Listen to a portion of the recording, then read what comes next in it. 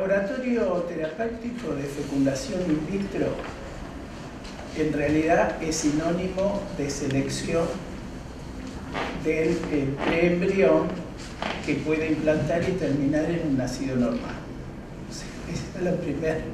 Esa es la finalidad, creo, digamos, que se consiguió en estos 30 años desde la aparición del primer bebé de probeta.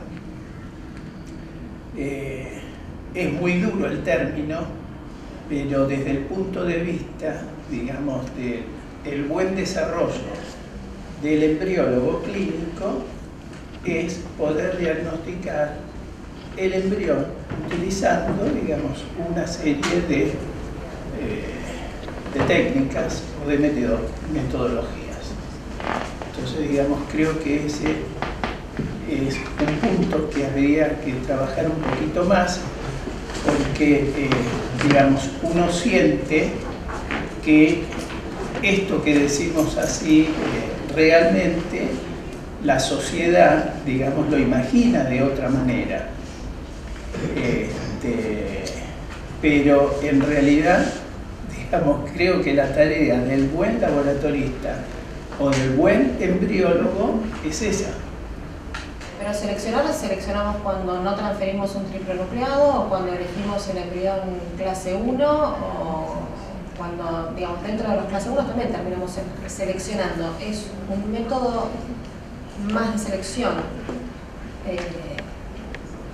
Ojalá termine demostrándose que realmente mejora los tratamientos, los resultados de los tratamientos. A veces no tenemos todos los criterios para seleccionar o para elegir, quizás no en selección, sino elegir, porque nos ha pasado y es una continua, no confrontación, pero sí diálogo con los clínicos que tenemos con los embriólogos, es que si lo que me están eligiendo, porque ellos en definitiva me dicen, este embrión es más lindo o este es más feo, se condice con la realidad de lo que va a suceder después. Todos tenemos y sabemos que ni el mejor embrión nos va a asegurar el éxito, ni el peor, ese feíto que, bueno, es lo único que tenemos, transferirlo, viene, más de una vez tenemos que esos embriones terminan en un embarazo y en un niño recién nacido con todas las características de lo deseado, ¿no?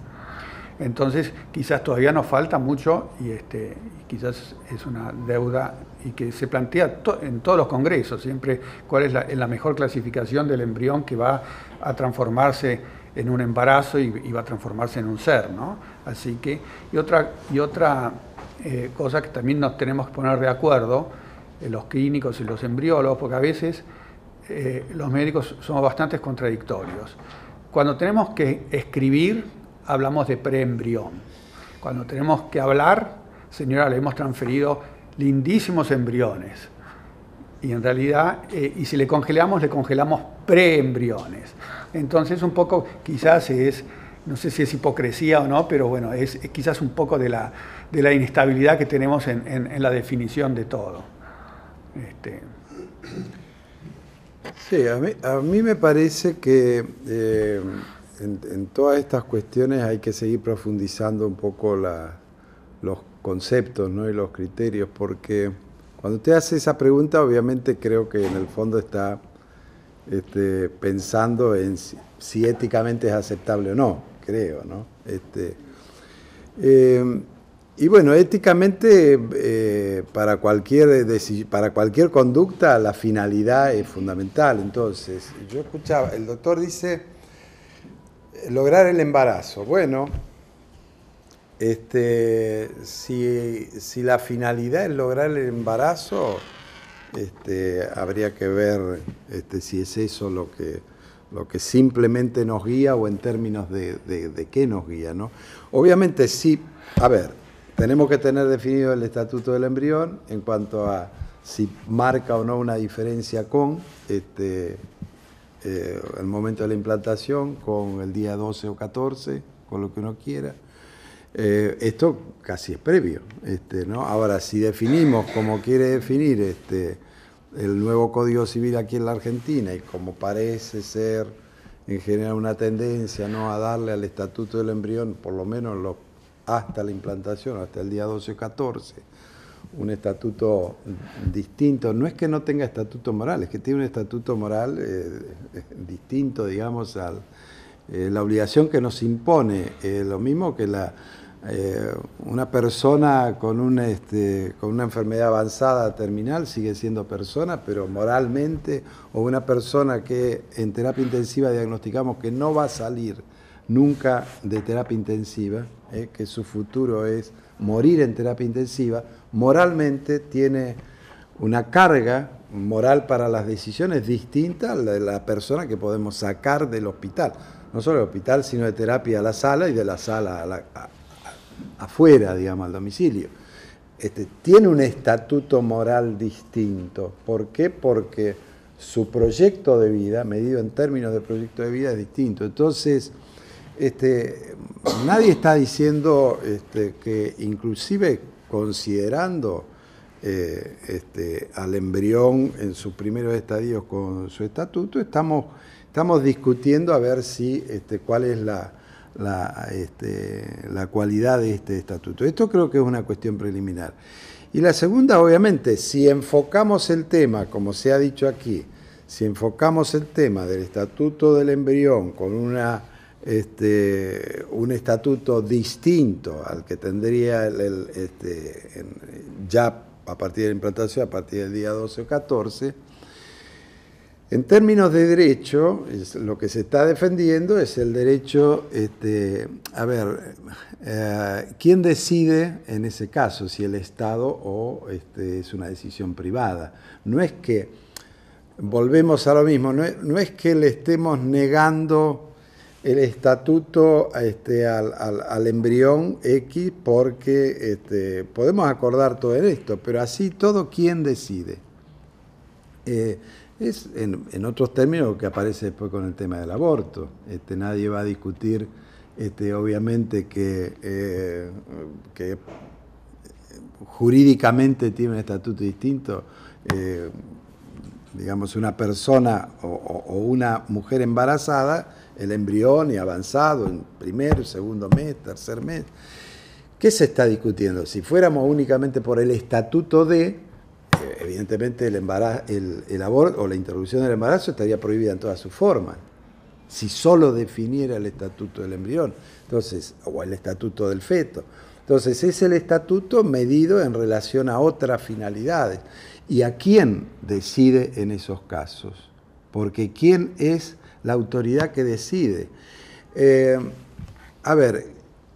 Aún considerando que todos somos defensores de la vida humana y que aceptáramos que todos con el mismo criterio le damos al estatuto, acordamos todos en un estatuto para el embrión hasta la implantación, hasta el día 12, hasta cuando querramos, y le otorgamos derechos, aún el otorgarle derechos no significa que digamos, los derechos del embrión o del feto van a tener un carácter absoluto sobre todos los otros derechos. Y el embarazo, habría que discutir la situación peculiar que significa el embarazo, que ya no es el embrión en la probeta, que podríamos diferenciar también, manejar antes de la transferencia y después.